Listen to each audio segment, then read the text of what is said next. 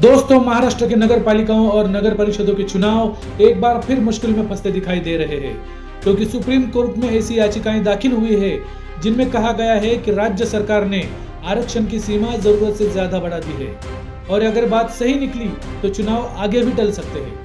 तो पूरी कहानी क्या है, कौन कौन कोर्ट पहुंचा और आगे क्या होने वाला है, चलिए जानते हैं तफसील से। सबसे बड़ा सवाल, आरक्षण का झगड़ा हुआ कैसे?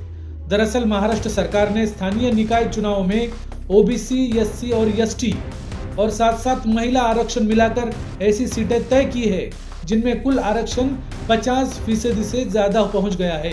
सुप्रीम कोर्ट के पुराने फैसले के मुताबिक कुल आरक्षण 50% से ज्यादा नहीं हो सकता, लेकिन इस बार वो 50% से ज्यादा पहुंच गया है। याचिकाकर्ताओं ने यह दावा किया है।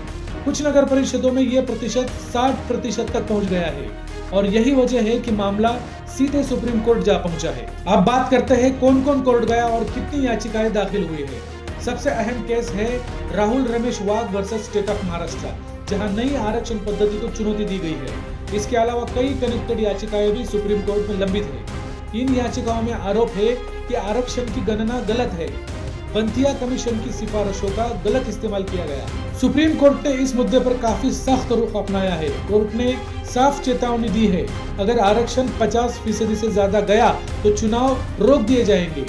राज्य सरकार पुराना यानी प्री बंथिया आरक्षण भी लागू कर सकती है। जब तक आरक्षण कानूनी नहीं होता, इलेक्शन प्रोसेस आगे नहीं बढ़ेगी। ये बयान अपने आप में बहुत बड़ा है, क्योंकि अगर कोर्ट ने स्टे दे दिया तो चुनाव सीधा लंबे समय तक टल सकते हैं। तो अब आगे क्या होगा? चुनाव टल सकते हैं। सुप्रीम कोर्ट अगर कह देता है कि आरक्षण गलत है तो पूरी प्रक्रिया रोकनी पड़ेगी।